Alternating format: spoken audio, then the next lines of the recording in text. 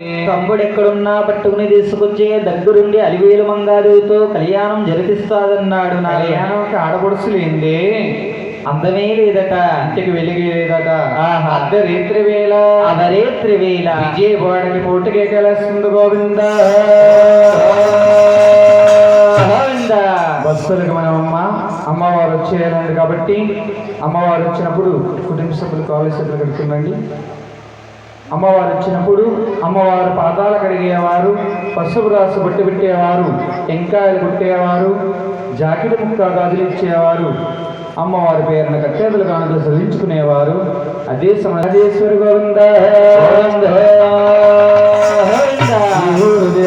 నమ్మతల్లి గోవింద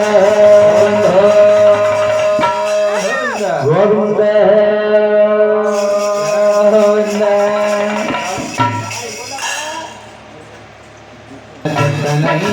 తల్లి